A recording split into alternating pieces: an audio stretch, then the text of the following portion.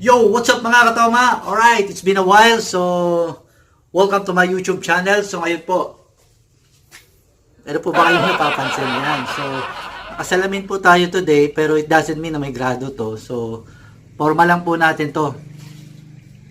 Flavor Genius Effect. Ayan, so mukha po tayong Flavor Genius. So, hindi po siya exactly a genius ha. Flavor Genius kasi magtuturo po ako ng recipes, cocktail recipes, iba't ibang lasa po ng drinks ang ituturo ko sa inyo at napapanahon po ngayon, kung napapansin nyo po, ayan, naka Hawaiian polo pa po tayo. So today, magtuturo po ako. Gagawa po tayo ng 3 recipes using Zabana Rum. Ayan po. So Zabana Rum. So napapanahon po yung topic natin ngayon, especially malapit na pong mag-summer. Ay, mga toma. So, gagawa po tayo ng refreshing cocktail, napakasarap na cocktail at napakadaling timplahin. So, these recipes po, pangmasa po, para po sa mga katoma natin dyan na nag-aabang ng recipe na abot kaya yung costing at kayang-kaya nilang gawin saan man sila naroroon. Alright mga katoma, I'm sure all of you are excited. So, simulan na po natin.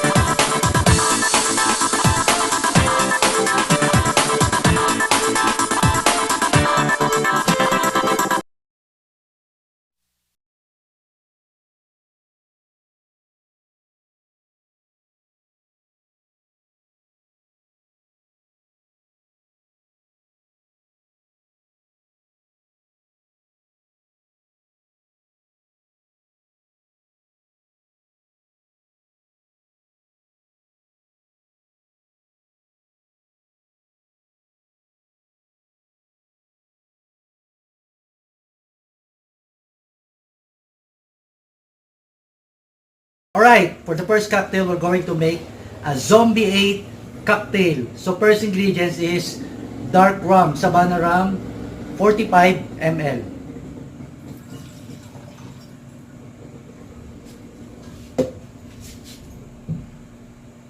Second ingredients, orange juice, 60 ml.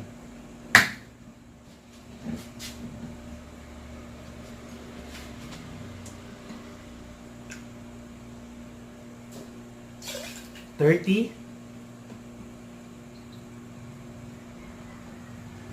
60 ml of pineapple juice. Next is orange juice, 60 ml also. 30 ml orange juice. And another set of orange juice. So total of 60 ml. Next, put some ice.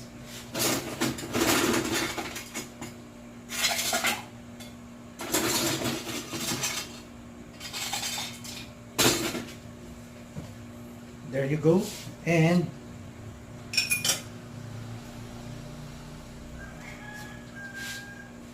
alright, a bar spoon of grenadine. So grenadine is a syrup made from pomegranate fruits. So to add flavor and of course sweetening para tumamis. 5 ml or 1 bar spoon.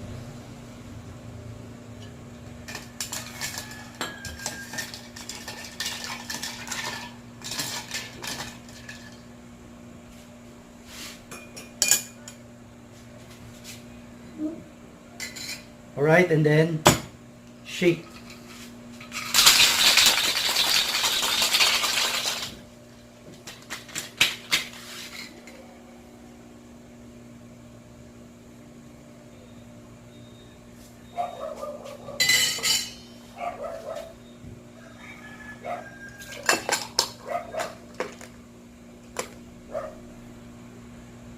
Alright, put on a highball glass. Ayan. Pour on a highball glass and garnish with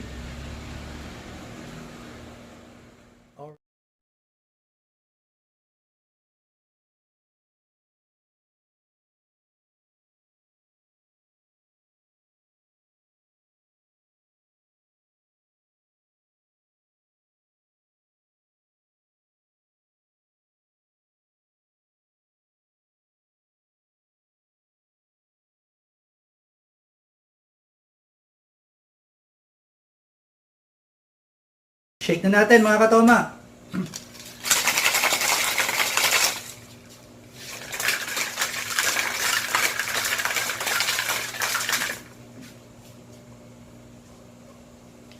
Alright, so this cocktail is made from 45 ml of Savannah 8, 60 ml of mango juice, 60 ml of guayabano juice, and 5 ml of grenadine syrup. So we call this Tropical Savannah.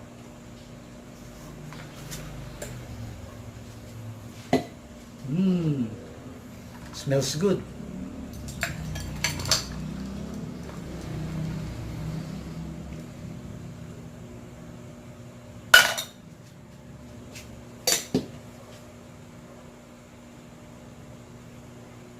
And garnish with slice of mango.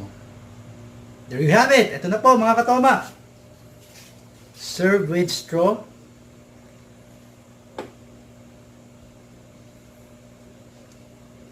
So we have Tropical Savannah.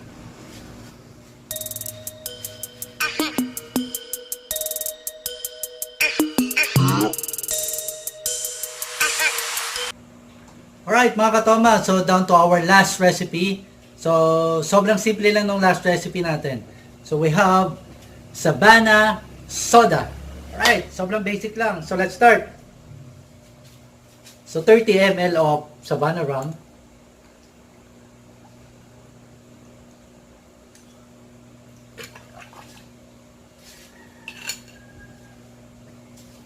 And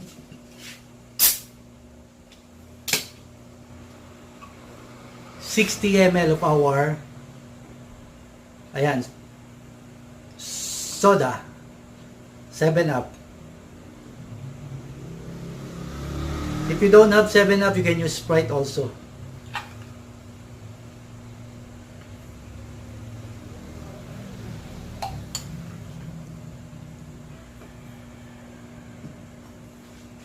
Alright, and then squeeze of calamansi. So 2 pieces.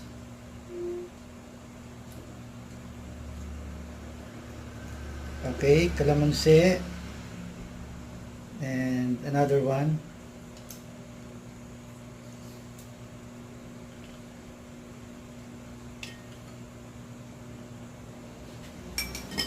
Alright, and then dash of grenadine. So dash around 5 ml lang yon or 1 bar spoon. Tapos yan, garnish with calamansi. Yan, add some ice lang.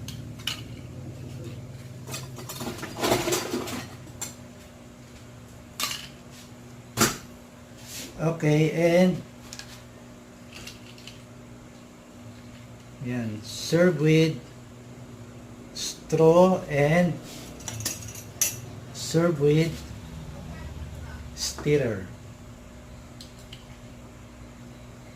Ayan. So, there you have it mga katoma. Ito na po yung ating last recipe. Savannah Soda.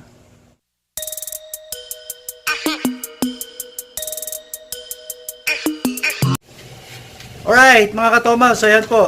So tapos na po tayo sa 3 recipes natin for today. So ang una po nating cocktail is Zombie 8. So Savannah rum 45 ml, orange juice 60 ml, pineapple juice 60 ml, and grenadine syrup 5 ml. Shake lang po yung procedure natin. And yung second recipe natin, Tropical Savannah. So 45 ml of Savannah and 60 ml of guayabano juice, 60 ml of mango juice, 5 ml of grenadine.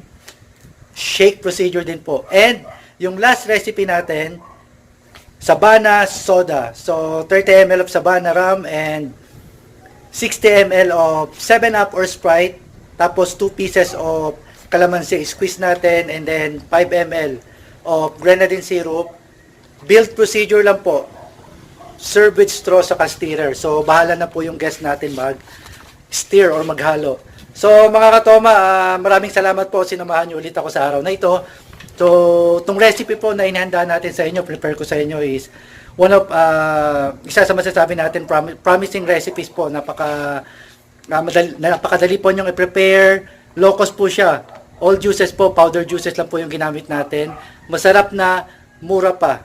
Alright mga katoma, so again, sa mga hindi pa po nagsasubscribe sa channel ko, please do subscribe my channel. Ayan, YouTube channel, Laklakan Vlog. So, marami pa po tayong gagawin ng mga recipes at saka mga bartending tricks and bartending event and activities. So again, thank you so much guys. Laklakan na!